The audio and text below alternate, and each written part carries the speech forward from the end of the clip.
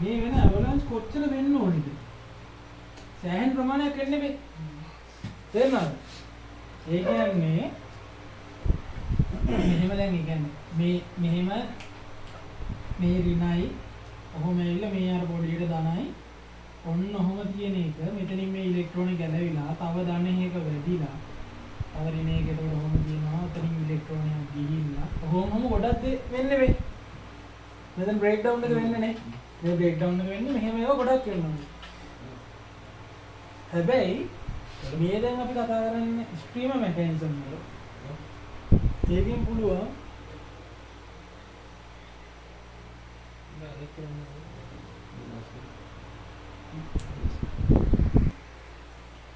මේ දම හරි ස්ට්‍රීමර් මෙකැනිසම් එකේ දැන් මේ වගේ අවලන්සස් ගොඩක් කළානේ. හැබැයි ඊළඟට දැන් මේ කියන එකේ ස්ට්‍රීමර් මෙකැනිසම් එකේ එක ඔහොම එකක් පැනපු ගමන් අවලන්ස් එකක් වෙච්ච ගමන් සම්පූර්ණ මොකද්ද? මුළු බ්‍රේක් ඩවුන් එකම වෙනවා. තේරෙනවද? හරි. එහෙනම් දැන් අරගේ කලින් එකින් එක වෙයි දැන් අපි ඔක මයික්‍රෝ තප්පර වලින් හිතුවොත් එහෙනම් අපිට දැන් පේනවනේ. එකින් එක වෙනම. හැබැයි මේකනේ එහෙම නෙමෙයි. එකක් වෙච්ච ගමන් මොකද වෙන්නේ? මුළු සම්පූර්ණ ප්ලාස්මා එකම හැදිලා එකපාර බ්‍රේක් ඩවුන් එක වෙනවා. හරි. ඒක තමයි ඔය කියන්නේ. එතකොට දැන් මෙහෙම ගත්තම මෙන්න මෙහෙම සිද්ධියක් තියෙනවා. දැන් තියෙනවා මෙන්න මෙහෙම කැතෝඩ් එකයි ඇනෝඩ් එකයි. හරි. මේක ග්‍රවුන්ඩ් කරලා තියෙන්නේ. මෙතෙන් අපි හයි වෝල්ටේජ් එක දීලා තියෙනවා. හරි. එතකොට අපි කියන්නේ මේ පැත්තටනේ ශේෂ්ත්‍රය තියෙන්නේ. නේ? ශේෂ්ත්‍රය තියෙන ඔය විදිහට. ඒ කියන්නේ මේ දෙන කරන්ට් එක නිසා ඇති වෙන ෆීල්ඩ් එක තියෙන ඔහොම. හරිද? අපි කියන මෙන්න මේකට ස්පේස් charge field එකක් තියෙනවා කියලා. එතකොට මෙන්න මේක sorry මේ ස්ට්‍රීමර් මෙකැනිසම් එක මේ ස්ට්‍රීමර් මෙකැනිසම් කියන එක වෙන්න බලපාන ප්‍රධාන හේතු දෙකක් තියෙනවා. එකක් තමයි ස්පේස් charge එක. ස්පේස් charge field එක. හරිද? ඒ කියන්නේ ඉෆෙක්ට් දෙකක් බලපාන. ස්පේස් charge field එකයි අනිත් එක තමයි ෆොටෝ ඉලෙක්ට්‍රික් අයනයිසේෂන් එක. මොකද ෆොටෝ ඉලෙක්ට්‍රික් අයනයිසේෂන් කිව්වම නේ? එන්නේ මොකද්ද? පරමාණුවක් තියෙනවා. Hν කියන ශක්ති පැකට් එක ගිහිල්ලා වදිනවා.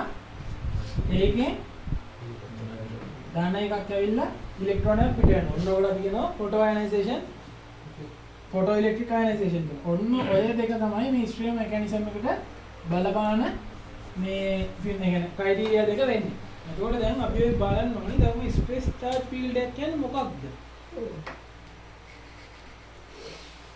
ස්පේස් charge field එක කියන්නේ මොකක්ද? දැන් මෙහෙම ගත්තම මෙතන මේ දීලා දෙන කරන්ට් එක නිසා E naught කියලා ඒ කියන්නේ ඉනිෂියල් එකක් තියෙනවා. ඉනිෂියල් ශේෂ්ත්‍රයක් තියෙනවා. එතකොට මේ පැත්ත මේ ධනනේ.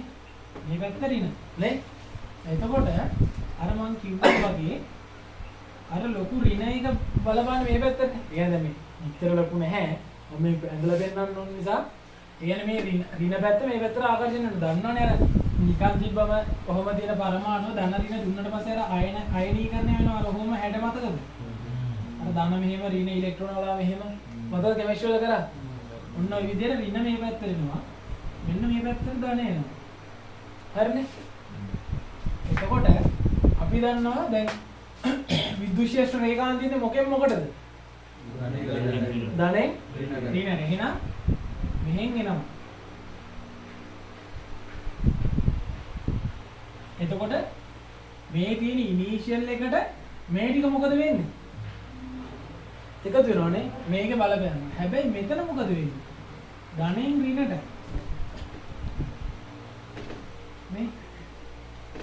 මේකේ මොන පැත්තටද වෙලා තියෙන්නේ? අනිත් පැත්ත. ආයේ මෙතන ධනෙන් ඍණට. එතකොට මේකේ ෆීල්ඩ් එක ගත්තොත් එහෙම දුරත් එක්ක මෙන්න තියෙන E naught මෙහෙම තියෙනවා. හරි. මෙන්න මේ ටිකේ මොකද වෙලා තියෙන්නේ? E naught වලට වඩා අඩු වෙලාද නැද්ද? E naught වලට වඩා අඩු වෙලා. තේරෙනවද? එතකොට මේ ඍණ ගාවදී මේක වැඩි ගොඩක්. ඊට පස්සේ මොකද්ද? මේ ටිකේදී E නෝට් වලට වඩා අඩුයි. ආයෙ මෙතන ඉඳලා තියෙනවා කොහොම අඩුයි. මෙන්න මේකට තමයි කියන්නේ. දැන් මොකක්ද වෙලා තියෙන්නේ? මේ තියෙන ශේෂ්ත්‍රයට වඩා මේ තියෙන normal ශේෂ්ත්‍රයට වඩා මෙන්න මේ ස්පේස් charge එක නිසා මේ ස්පේස් එකේ තියෙන මෙන්න මේ charge එක නිසා effective field එක මොකද වෙලා තියෙන්නේ? වැඩි වෙලා තියෙනවා. effective field එක වැඩි වෙනවා කියන්නේ මෙතනට පොඩි voltage එකක් දුන්නත් ඇති නේද මෙයා break down වෙන්නේ. field එක වැඩි කියන්නේ මෙයාගේ ඇතුලේ ශක්තිය වැඩිනේ. ඒකට මෙයාට පොඩි break down voltage එකක් දුන්නත් ඇති මෙයා break down වෙන්නේ. නේ? අන්න ඒක තමයි කියන්නේ අපි ස්පේස් charge එකේ effect එක බලපානවා මෙන්න මේ streamer mechanism එකට. දැන් තේරුණාද? අවුලක් තියනවද?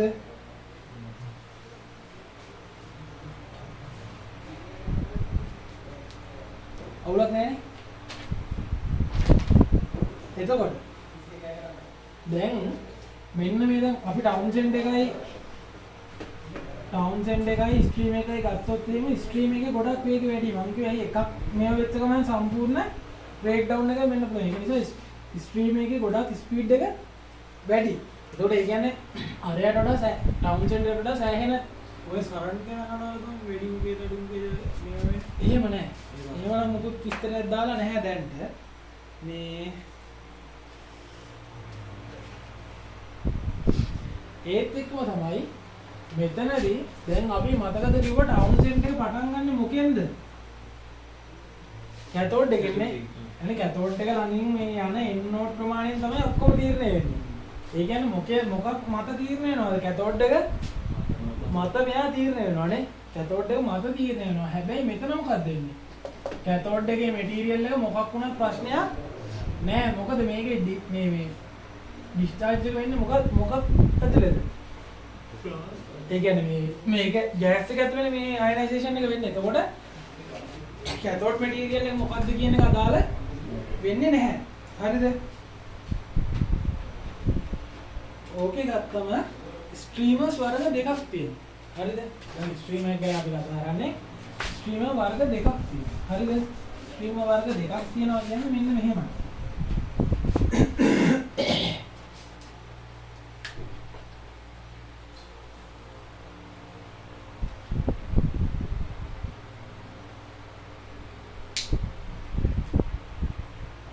ඒ කියන්නේ ඕක ඔය තීරණය වෙන්නේ ඔය දෙක තීරණය වෙන්නේ අවලංච එක පටන් ගන්න ස්ථානෙත් එක්ක. හරිද?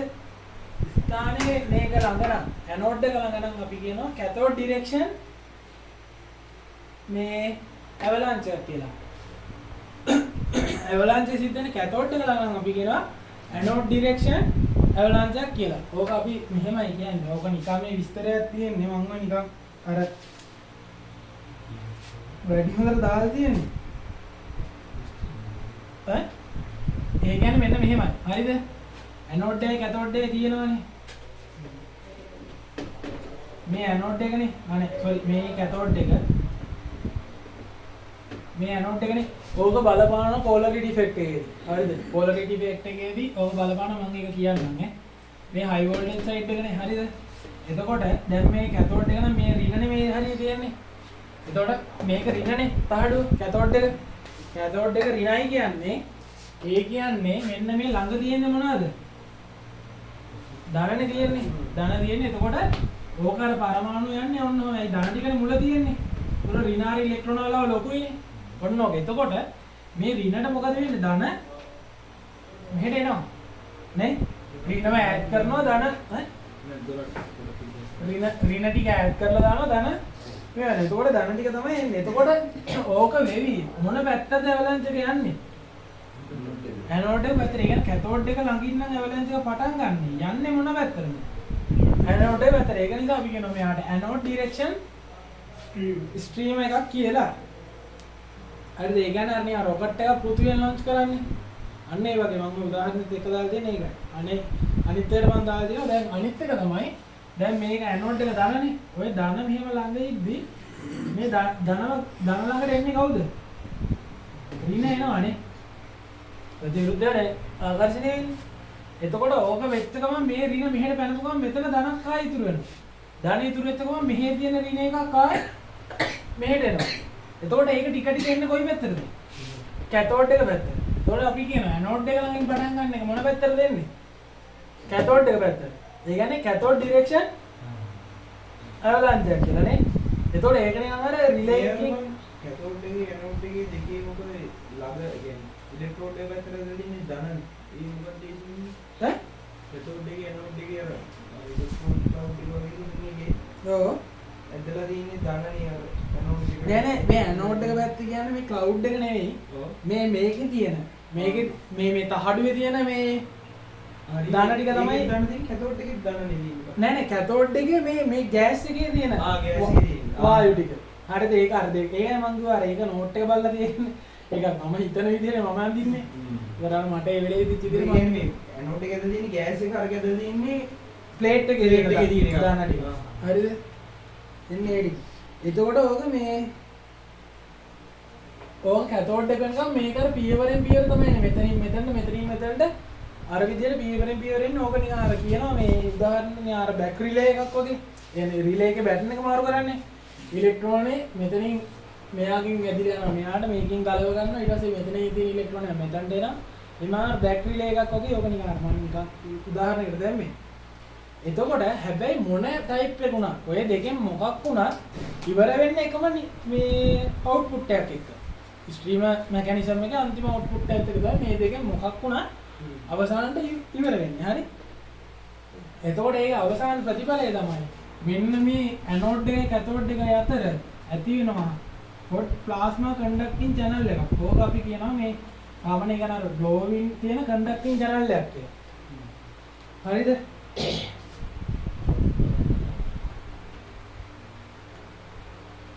මොකද? ඔව් conducting plasma channel connecting two plates. ඒ කියන්නේ මෙන්න මේ ප්ලේට් දෙක යා කරනවා. ඒකයි කියන්නේ එකක් වෙච්ච ගමන් සම්පූර්ණ ඔක්කොම වෙනවා ටාර් ගාලා. තේරුණාද? අර ඒ කියන්නේ අර මාර එකින් එක ටයිම් වල ගොඩක් අඩුයි. හරි? ඒ කියන්නේ මම ප්‍රශ්න ගන්නේ ආන්නේ. මම අරගේ ගොඩක් වෙනනේ මේක එකපාරින් අරක බ්‍රේක් ඩවුන් වෙන්නේ මොකක්ද තියෙන වෙනස මොකක්ද? ඒක තමයි කිව්වේ. E alpha D විශාල වෙන්න ඕනේ self sustain අවස්ථාව මම කිව්වේ. ඉනිෂියල් කරන්ට් එකක් ඕනේ නැහැ. n නෝට් ප්‍රමාණයක් එන්න ඕනි නැහැ මෙතනින් මේක වෙන්න. අර මේක ඇතුලේදී එකක් මේව වෙච්ච ගමන් සම්පූර්ණ charge එක එහා පැත්තට යන්න පුළුවන්. කිව්ව මතකද මම? ඒ කන්ඩිෂන් එක උනා නම් අන්න හරි. ඒ කන්ඩිෂන් එක මේක අපිට දෙනවා 10 8යි කියලා. මේ තියෙන්නේ අර තියෙන charge percentage එක නේ. අලුතෙන් හදිච්ච. මම දලව ගත්තොත් මේ charge percentage එක නේ අපි ඔය අර ඕක මේ alpha d minus 1 කියලා ගන්නවා. මේ එකට වඩා මේක සෑහෙන ලොකු වුණොත් මේක normal මේකට සමානයි කියලා ගන්න පුළුවන්. මෙන්න මේ කන්ඩිෂන් එක 10 8යි මිලියන 100ක් පැන්නොත් මිලියන 100ක් පැන්නොත් අන්න අර ඉනිෂියල් එක ඕනේ නැහැ. මේක ඇතුලෙන් එකක් එහෙට වෙච්ච ගමන් මේක පයින්නවා ටාර කරලා. අන්න ඒකට තමයි මම කිව්වා අර self sustain condition එක කියලා. self sustain condition එක කියන්නේ මෙන්න මේ තියෙන මේ කවුද? එක දණේ එකයට යනවා මම කිව්වේ මෙයා වෙනකොට අපිට නියතයක් දාන්න පුළුවන්. ඒ නියතයක තමයි මිලියන 100යි කියන්නේ. හරි අපිට දිය normal දිය මිලියන 100යි කියලා කියන්නේ. හරි එතකොට අන්න එයාගේ වඩා මෙන්න මේක වැඩි වෙච්ච ගමන් මොකද වෙන්නේ? අංගුව මෙන්න මෙහාපත් වෙනවා මොන අවස්ථාවකද? self sustain අවස්ථාවට. හරි self sustain අවස්ථාවටපත් වෙච්ච ගමන් මොකද වෙන්නේ? මෙතනින් n නෝට් ප්‍රමාණයක් එනකන් ඉන්න ඕනේ නැහැ. එකක් පැන්න ගමන් මොකද වෙන්නේ? සම්පූර්ණ ප්ලාස්මා එක නැතිලා බ්‍රේක් ඩවුන් එක වෙනවා. අරක තමයි. අර තියෙන මුල් අවස්ථාව. මුල් අවස්ථාව වෙලා මෙන්න මේක මේ කන්ඩිෂන් එකට වඩා වැඩි වුණොත් තමයි කියන්නේ. මේ අවස්ථාවට වඩා වැඩි වෙන්න මොකද්ද මං කිව්වේ කන්ඩිෂන් එක වෙන්න ඕනි කියලා. ප්‍රෙෂර් එක ගුණ කිරීම දෙන්න අතර ගැප් ඩිස්ටන්ස් එක වැඩි වෙන්න ඕනි 5 බාර් මිලිමීටර් වලට වඩා. මෙන්න මේක වුණොත් තමයි මෙන්න මේ කන්ඩිෂන් එක පහු වෙන්නේ. ඒකයි අපි ටවුන්සෙන්ඩ් මෙකැනිසම් එක මොකටද කතා කරේද? ලෝ ප්‍රෙෂර් වලට අපි කතා කරේ. තේරුණාද? සාදු? ටක ගන්නද? නෑනේ. හරි. අපි ටවුන්සෙන්ඩ් එක කතා කරේ මේකට ඒකයි. ඒකෙදි මේ කන්ඩිෂන් එක පයින්නේ නෑ. ඒක නිසා තමයි n නෝට් එනකන් ඉන්න ඕනේ. හැබැයි මේකෙදි අපි මෙන්න මේ කන්ඩිෂන් එක පැනපු ගමන් මෙන්න මේ මිලියන 100යි කියන කන්ඩිෂන් එක පයින්නවා E alpha d වැඩි වෙනවා කියලා. ඔන්නෝක පැනපු ගමන් අර මං self sustain අවස්ථාවට ආවා. ඇවිල්ලා එකපාරේ මෙයා n නෝට් එනකන් ඉන්න ඕනේ නැහැ.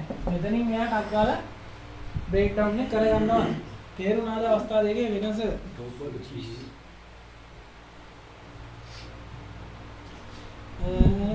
Number of electrons go bigger than in hundred of millions. Sorry, which happens is a given one.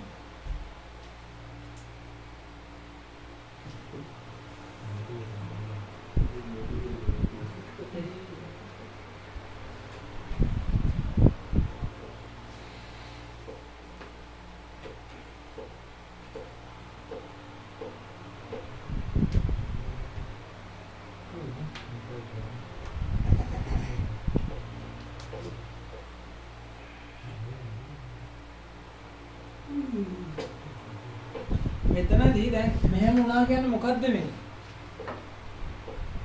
මම මේ දෙකම පාවිච්චි කරාද? හරි. මේ මෙහෙම මේ E alpha d කියන කෙනා මිලියන 100කට වඩා වැඩි නැත්නම් අපි කියනවා K කියලා මේ K අපි දලව කියනවා මිලියන 100ක් කියලා නැත්නම් 10 8ක් කියනවා. මිලියන 100කට වඩා වැඩි වෙනවා කියන්නේ මෙතන මොකක්ද වෙලා තියෙන්නේ? ඉලෙක්ට්‍රෝන, ධන ආයන මොනවද වෙන ක්‍රවුඩ් එකක් ඉන්නවනේ. එතකොට මොකක්ද වෙන්නේ? මම අර කිව්වේ එකකින් charge field එක වෙනස් වෙනවා කියලා අර මෙහෙම දැන් ඕක අවුරුනේ දොර. හවුද? මේ වගේ දැන් ගොඩක් එක තැන තිබ්බම මොකද වෙන්නේ? charge field එක සෑහෙන්න වෙනස් වෙනවා. අන්නේ වෙනස් වෙන තැනදී මොකක්ද වෙන්නේ? මේ charge field එකට පුළුවන් වෙනවා අර වායුගෝලයේ ඔය මම මතන් දාලා මේ නම් වචනේ රික් කියලා මේ ඔය රික් කියලා පොතන අදහස් කරලා තියෙන ඉරා දාන්න නැත්නම් රික් කියලා දාපුවම මොකද නිවන් දුර මතක් වෙන්නේ. ආයෙකයි දාලා තියෙන්නේ. ඔය මේ ඒ කියන්නේ ගෑස් එකට පුළුවන් වෙනවා ඒ ගෑස් එකම හරියට ඉරාගෙන ප්ලාස්මා චැනල් එක හදාගන්න තනියම. මේ මෙටීරියල් එක ඕනේ නැහැ කැතෝඩ් එක. හරි? ඒක තමයි ඔය කියන්නේ. මෙන්න මේ ප්ලාස්මා බේස් වෙච්ච අපි බ්‍රේක්ඩවුන් එකට කියනවා ස්ට්‍රීමර් බ්‍රේක්ඩවුන් කියලා. හරිද? තේරුණාද? ඔය තියෙන්නේ මොකක් නිසාද? මෙන්න මේ තියෙන අර ස්පේස් charge ටික වැඩි වෙච්ච එක නිසා. මං ගුවා තව විදිහකට පුළුවන්. ඔය ප්ලාස්මා එක හැදෙන්න කොහොමද? මේ කන්ඩිෂන් එක නැකත් හැදෙන්න පුළුවන් කොහොමද? ෆොටෝ අයනයිසේෂන් ඉෆෙක්ට් එක නිසා. මතකද දන්නේ නැහැ. ෆොටෝ අයනයිසේෂන් ඉෆෙක්ට් එක නිසා ආයේ මේ ස්ට්‍රීමර් බ්‍රේක්ඩවුන් එක වෙන්න පුළුවන් කියලා මං කිව්වා. මේ පැහැදිලිද මේ මෙතඩ් එක? කොහොමද වෙන්නේ කියලා? හරිනේ. මේක කොහොමද කරන්නේ?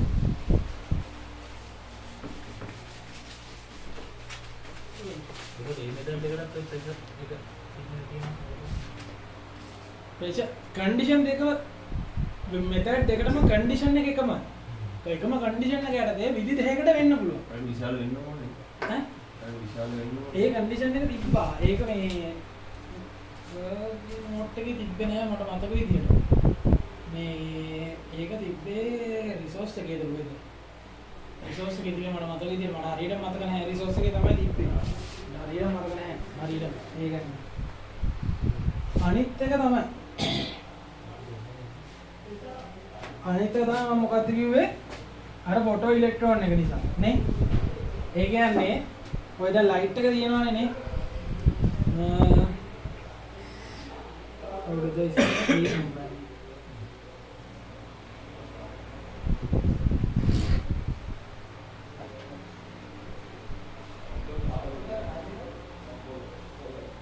දැන් මෙහෙම සිද්ධියක්. දැන් අර මේක වෙනවනේ. E විශාලයි E alpha d විශාලයි 10 8 කියලා. මේ වෙන්නේ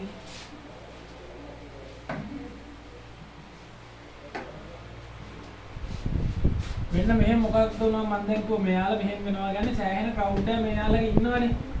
හරි? මෙයාලා සෑහෙන ක්‍රවුඩ් එකක් ඉන්නවා. මෙහෙම වුණාම දැන් අර ධනරින වෙන් වෙලානේ ඉන්නේ. දැන් මේ ක්‍රවුඩ් එකේ ධනරින වෙන් වෙලානේ ඉන්නේ. මෙයාලා වෙන්නේ දැන් ක්‍රවුඩ් එක වැඩි වෙන්නේ මෙයාලා ආයෙ රීකම්බයින් වෙනවා. මෙයාලා අනිත් පැත්ත රීකම්බයින් වෙන්න ගන්නවා. හරි? එහෙම වුණාම මොකද වෙන්නේ? මේ දෙන්න එකතු වුණාම අර h mu කියන කෙනෙක් පිට වෙනවා. හරි? ඔන්න ඔහොම පිට වෙන ඒවා. මේ දෙන්නේ release a burst of light photon. That photon flies off and smacks into another gas atom nearby, knocking loose a new electron. ඒ කියන්නේ එහෙම එන Hmu තව ගිහිල්ලා පරමාණුක ඇදිලා එයාගෙන් ඉලෙක්ට්‍රෝනයක් පිට කරලා ධන ආයනයක් හදනවා. නේ? ඔන්න ඔකට අපි කියන සම්පූර්ණ එකට ෆොටෝ අයනයිසේෂන් process එක කියලා. හරි? එතකොට මොකද වෙන්නේ? එයා පටන් ගන්න ඒ යන ඉලෙක්ට්‍රෝනේ තව අවලංච එකට. ඒ කියන්නේ තව ඇටම්යක් වගේ එයාට පහර දීලා ඉලෙක්ට්‍රෝනයක් පිට කරලා ධන ආයනයක් හදනවා.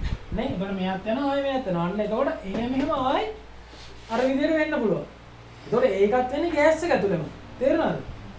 يعني ඒකත් වෙන්නේ තනිකරම ගෑස් එක ඇතුළේම. මෙතනදි කොහෙන්ද මම කොහොමද මෙටල් එක ගන්නේ? නෑ ඒත් වෙන්නේ ගෑස් එක ඇතුළේම. ඒත් අර self sustain අවස්ථාවට ආවට පස්සේ. يعني self sustain අවස්ථාවට ආවට පස්සේ මේ විදිහට වෙන්න. දැන් අර කලින් කියපු විදිහට වෙන්නත් පුළුවන්. කලින් කිව්වේ කොහොමද? කලින් කිව්වා ස්පේස් charge එක නිසා E field එක වෙනස් වෙනවානේ. ඒකෙන් breakdown වෙන්න පුළුවන්. නැත්නම් මෙන්න මෙහෙම වෙලා breakdown එක සිද්ධ වෙන්නත් පුළුවන්. තේරෙනවද? ඒ කියන්නේ ඊට පස්සේ අවලංචය වගේ දිගට දිගට යනවා කියන්නේ. ඔව් දිගට දිගට යනවා කියන්නේ ඒක අරකට වඩා ශ්‍රේණීකර වෙනවා ස්පීඩ් එක. හරි? එතකොට ඒකට අපි කියනවා අර වගේම දැන් මෙතන මේ ප්‍රයිමරියනේ. මේ ප්‍රයිමරි අවලංච එක. මෙන්න මෙතනින් පස්සේ වෙන ඒවාට අපි කියනවා සෙකන්ඩරි අවලංචස් කියලා. හරි? අවලංච නේද ඔකට කියන්නේ? මට හරියට ප්‍රොනන්සියේෂන් එක නම් බෑ.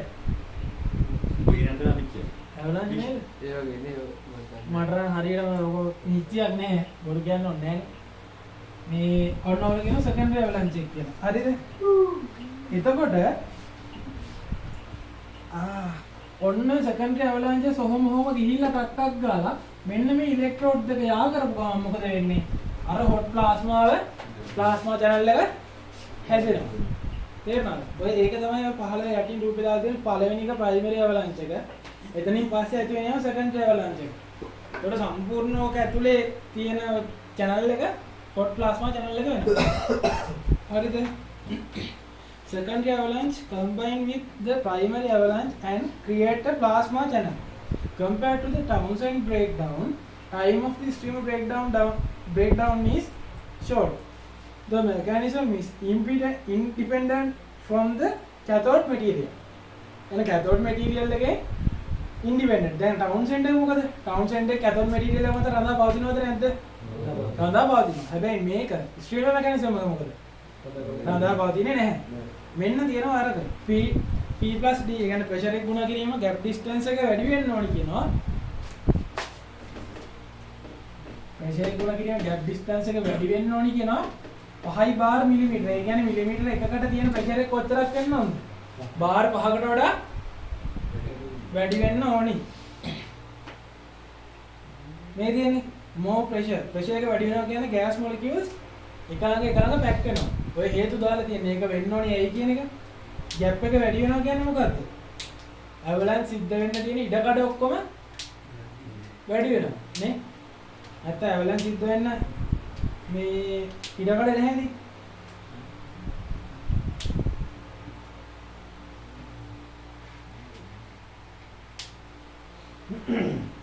හරි. දැන් තියෙනවා streamer inception criteria.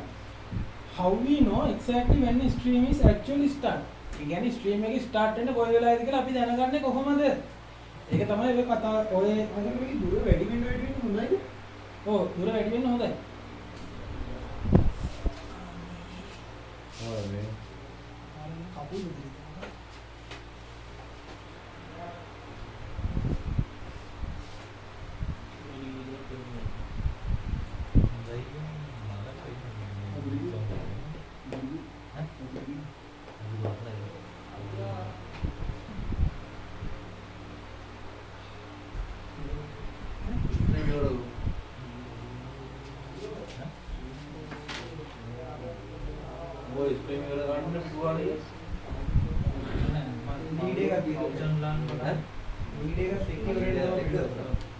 දැන් මෙහෙමයි. ඕකේ තියෙන අර මෙතනින් එහාට තියෙන අර මං කියපේක තමයි. මේ දැන් මං කියවනේ අර E වල ඇල්ෆා D කීයට වඩා වැඩි වෙන්න ඕනේ කියලාද මං කිව්වේ? මිලියන 100 නැත්නම් 10 යටට වඩා. ඕකේදී අපි ඊට පස්සේ මේ E අයින් කරලා ඇල්ෆා D වලට අගයන් ටිකක් ගන්නවා. ඇල්ෆා D යම්කිසි ඒ කියන්නේ මේක අර ලෙන් අරගෙන අගයන් ගන්නවා. ඒකට ඔන්න ඔය කියන නියතයන් ගන්නවා. ටවුන්සෙන්ඩ් එක වෙන්න නම් මේක 8යි 10යි අතර වෙන්න ඕනේ.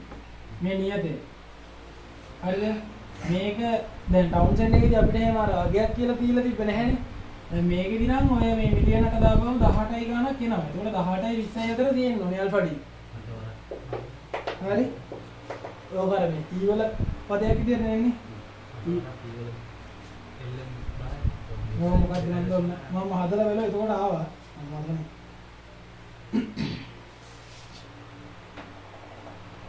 ඊට පස්සේ යටනම් තියෙන්නේ මේ සිමිලරිටිස් උයි ඩිෆරන්සස් උයි. මේ දෙකම වෙන සමාන දේ තමයි දෙකම පටන් ගන්න ඇවලන්ච් එකක ඉන්නේ. දෙකම පටන් ගන්නෙ අර ඉලෙක්ට්‍රෝනයක් කියලා තව එක වෙදිලා ඉලෙක්ට්‍රෝනයක් පිට වෙන එක. එතකොට මේ ඩිෆරන්ස් එක තමයි මේ මොකද්ද සෙකන්ඩරි ප්‍රොසෙස් එක වෙන එක. සෙකන්ඩරි ප්‍රොසෙස් එක වෙන්නේ හොඳට බලා ගන්න. දැන් අරගේ වෙන්නේ ටවුන්සෙන්ඩ් එකේ සෙකන්ඩරි ප්‍රොසෙස් එක ඇති වෙන්නේ මොකක් නිසාද? කැතෝඩ් ඇක්ෂන් එක නිසානේ. يعني කැතෝඩ් එකේ ඇවිල්ලා ධන එක වැදෙන නිසානේ සෙකන්ඩරි ප්‍රොසෙස් එක වෙන්නේ. හැබැයි මේකේ සෙකන්ඩරි ප්‍රොසෙස් එක වෙන්නේ මොකක් නිසාද? ෆොටෝ අයනයිසේෂන් එක නිසානේ. يعني ප්‍රයිමරි එක වෙලා ඊට පස්සේ සෙකන්ඩරි එක වෙනවා ෆොටෝ අයනයිසේෂන් එක නේ. එතකොට අන්න ඒක ඒ කියන්නේ සෙකන්ඩරි ප්‍රොසෙස් එක සිද්ධ වෙන විදි දෙක වෙනස්. ඔක තමයි ඩිෆරන්ස් එක තියෙන්නේ මේ දෙක. ඔක නෝට් එකේ කිසි විස්තරයක් නැහැ මේ ඩිෆරන්ස් කියලා දාලා තියෙන සෙකන්ඩරි ප්‍රොසෙස් කියලා විතරයි. එතකොට මේ අපි හිතනවා සෙකන්ඩරි ප්‍රොසෙස් එක ඒ කියන්නේ මොකද්ද කොහොමද වෙනස් වෙන්නේ? ඇත්තම සිද්ධිය ඕක. ඒ කියන්නේ සෙකන්ඩරි ප්‍රොසෙස් එක වෙන විදි දෙක දෙකක්. ඒ දෙක තමයි ඕකේ ඩිෆරන්ස් එක තියෙන්නේ. හරි? ඒ කියන්නේ කැතෝඩ් එකේ බලපෑමක් නෑ මේ ස්ට්‍රීම් එකට. හරිනේ? ඒකේ උත්තරය අපිට කතා කරන්න තියෙන ස්ට්‍රීම බ්‍රේක්ඩවුන් එක. දැන් අපි දෙකක් කතා කරලා ඉවරයි. මොකද ඔය ටවුන්සෙන්ඩ් එකෙන් තමයි ලොකෝටම මේ ඉස්සරහට යන කැලේ ටික තියෙන්නේ. ඒකට ටවුන්සෙන්ඩ් එක ඔයකට ටිකක් බරට කතා කරේ. හරි? ස්ට්‍රීම් එක එතකොට ඔච්චර. ඊට පස්සේ තියෙනවා ලීඩර් බ්‍රේක්ඩවුන් එක. ලීඩර් බ්‍රේක්ඩවුන් එක නම් ලොකු දෙයක් නෑ.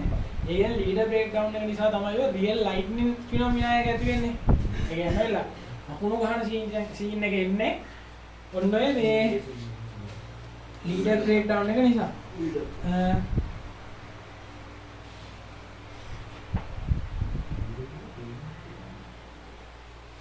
එතකොට මෙන්න මෙහෙමයි. දැන් ওই ලීඩ් එකක් කියන්නේ දැන් ඔහොම හැදෙනවනේ අර ස්ට්‍රීම බ්‍රේක්ඩවුන් එකෙන්. දැන් හිතන්නකො මේ අහස කියලා. අහසයි මේකයි අතර හිතන්නකො මෙහෙම හොට් ප්ලාස්මාවක් හැදෙනවනේ. ඔක දැන් ඔහොම නෙමෙයි ඉන්නේ. හොඳට මතක තියාගන්න මෙන්න මේ අකුණට මෙහෙම සිග්සැග් ක්‍රමයක් එන්න මේ සිග්සැග් හැඩේ එන්න හේතුවක් තියෙනවා. මම මේක පස්සේ කියන්නම්. ඔයකට ඔය හැඩේ එන්නත් හේතුවක් තියෙනවා. අයිස් කළා. ඉතිමතයි. නේද. කිලින් යන්න. කිලින් ඔබ දිගා වෙලා ඉන්න නිසා තමයි. නෑ නිදිමත නැහැ. නිදිමත නැහැ. අවුලක් නැහැ. හරි. එතකොට ලීඩර් බ්‍රේක්ඩවුන් එක කියන්නේ මෙන්න මේ වගේ ප්ලාස්මා ගොඩක් එකතු වෙනවා. ඒ කියන්නේ ස්ට්‍රීම බ්‍රේක්ඩවුන් එකෙන් හැදෙන ප්ලාස්මා වලට වඩා මේකේ අර එකතු වෙලා හැදෙන ප්ලාස්මා එකේ කන්ඩක්ටිවිටි එකක් ගොඩක් වැඩි. ඒ කියන්නේ මේ එතකොට මෙයාගේ ටෙම්පරේචර් එක සෑහෙනකොට ඒ ප්ලාස්මා එකේ වැඩි. ස්ට්‍රීම බ්‍රේක්ඩවුන් එකෙන් හැදෙන එකට වඩා. හරි. එතකොට මේ ඔය යටින් තියෙනවා මේ ඔයාලට ප්ලාස්මා කියන්නේ මොකක්ද කියන කවුලක් කියනවා නම් ඔය මේ ඒක ගැන විස්තරයක් මම දාලා තියෙනවා. මේ තියෙන්නේ there is a breakdown in solid liquid and gas. ඒ කියන්නේ විදි තුනයිනේ මම කිව්වා අර මුලින්ම breakdown එක වෙන්න පුළුවන් solid එක ඇතුලේ liquid එකයි වාතයයි. එතකොට ඊට අමතරව හතරවෙනි ස්ටේට් එකක් තියෙනවා. ඔක කියනවා ප්ලාස්මා එක කියලා. ඒ කියන්නේ ප්ලාස්මා ඇතුලේ breakdown එකක් වෙන්න පුළුවන් කියලා. කරන්නේ ඒ කියන්නේ ඒක නිකන් අර වාතයේම තමයි. මොනට වාතයට වඩා මෙතන ප්ලාස්මා එක breakdown වෙනවා කියන්නේ ටිකක් ඒක වෙනස් ඉතින් ඊට වඩා. එතකොට ඒ කියන්නේ මේ තියෙන වාතය සුපර් හීටඩ් අවස්ථාවට එනවා. අපි කියන්නේ ජලයේ සුපර් හීටඩ් අවස්ථාව කියලා. ඒ වගේ මේ තියෙන ගෑසස් ඔක්කොම සුපර් හීටඩ් අවස්ථාවට ඇවිල්ලා ඒ කියන්නේ මේ ඔය ගොන් ස්ට්‍රීම් එකයි ලීඩ් එකයි දෙකේම ඉන්නේ කියන්නේ ලයිටින් එකෙන් ඉන්නේ කියන්නේ මන්දිර බාරේ. ඒක තමයි ඒ කියන්නේ මේ ස්ට්‍රීම ටික එකතු වෙලා තමයි ලීඩ් එක හැදෙන්නේ. ඒ ප්ලාස්මා ටික ඔක්කොම එකතු වෙලා ඊට වඩා more conductive ඊට වඩා ටෙම්පරේචර් එක ගොඩක් වැඩි තනි ප්ලාස්මා එක හදපුවම තමයි ලීඩර් බ්‍රේක්ඩවුන් එක වෙලා ලයිට්නින් එක ඇති වෙන්නේ. අර මං කිව්වේ මේ හිතන්නෝ දැන් මෙහෙම තියෙන පල්ලෑ ලේයර් එකක්. හරිද? දැන් මේ ග්‍රවුන්ඩ් එක තියෙනවා. හරිද? මෙතන ඉඳලා පල්ලෙහා ලේයර් එකට ස්ට්‍රීම බ්‍රේක් ඩවුන් වෙනවා මේ වගේ ප්ලාස්මා එකකින්. ඒ කියන්නේ සම්පූර්ණ ග්‍රවුන්ඩ් එකට වෙන්න ඕනේ නැහැ. එතකොට ඊළඟ එක ඔන්න ඔය වගේ. එතකොට මෙන්න මේ සම්පූර්ණ එක මෙහෙම අර එකතු වෙන එක. ඔන්න ඒක නිසා තමයි අර මේ හැඩේ. ඔන්නම අර ඒ අර ඔය ටික එකතු වෙලා සම්පූර්ණ ලීඩ් එක හැදෙන එකට තමයි ලීඩ් එක හැදෙන තමයි ලයිට්නින් ෆිනොමිනා එක වෙන්නේ. හරි. ඒකල තමයි වෝල්ටේජ් එක නැතුව නිකන් ඔටෝම එන එක තමයි අකුණ එන්නේ නේ. ඒ මං කියන්නේ මේ හැඩේ එන එක. දැන්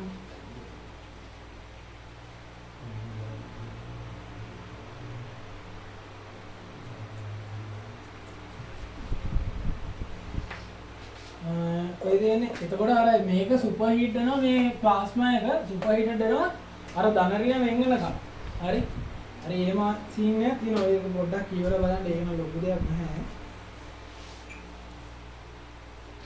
මේ දෙන ඒ කියන්නේ මේ අකුණක් අනිවාර්යෙන් එන්නේ මෙන්න මේ එන්නේ අර ගහක අත්තක බ්‍රාන්චස් වගේ තමයි එන්නේ. ඒකට හේතුව තමයි මේ වායු ගෝලයේ තියෙන අයන ඒ කියන්නේ ඩෙන්සිටි එක අපි කියන්නේ වායු ඩෙන්සිටි එක ඒක හැමතැනම එකම වගේ නැහැනේ නේ.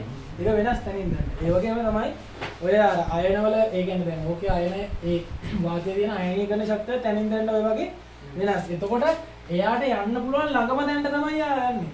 ඒ කියන්නේ ශක්තිය වැඩි ඊළඟ ළඟම තැනට හොයා ගන්නවා. ඒවා තනි කෙලින් පිටින්නේ නැහැ.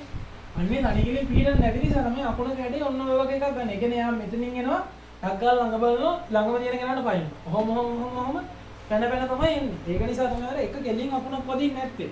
සමහර ඒවා තියෙනවා මහාද පුරා ඕම ගිහින් ළඟ දැනකින් ඔහොම ආයෙ බලන්න. ලෝඩස් එක පැත්තට දැන් ඈ? ළඟම දැන කියන්නේ ආයෙ දැන් එයාට ඊළඟට දැන් ආයෙ කියන්නේ මේ මොකද්ද? බ්‍රේක් ඩවුන් කරගන්න පුළුවන්. ලේසින් පාත් එක. හරි. එතකොට ඒකට අනුව තමයි එන්නේ. දැන් ඒ කියන්නේ දැන් ඔය ඇල්ෆා හිතන්නකෝ දැන් මේවා වුණාට පස්සේ ඊවල ඇල්ෆා D 10 8කට මේ යන්නේ නැතුව ඒ ළඟ තැන ඊළඟට ඉන්නවා කියලා. අන්න එතනට තමයි මූ ඊළඟට පයින්නේ. මෙහෙම එකක් තියෙන්නේ. මට හරියට මතක නැහැ ඒක. හරියට මතක නැතිව මතක නැහැ කියලා කියනවා මම බොරු ගන්න බැරි නිසා. හරි. එතකොට මෙන්න මේක නම් තියෙන්නේ මේ ලයිට්නින් ඩිස්චාර්ජස් වෙද්දී මේ ඔය මේ අකුණු ගහන වලාකුළු ඇති වෙන්නේ කොහොමද කියන එක. තණ්ඩර් ක්ලවුඩ් ඇති වෙන්නේ කොහොමද කියන එක. හරිද?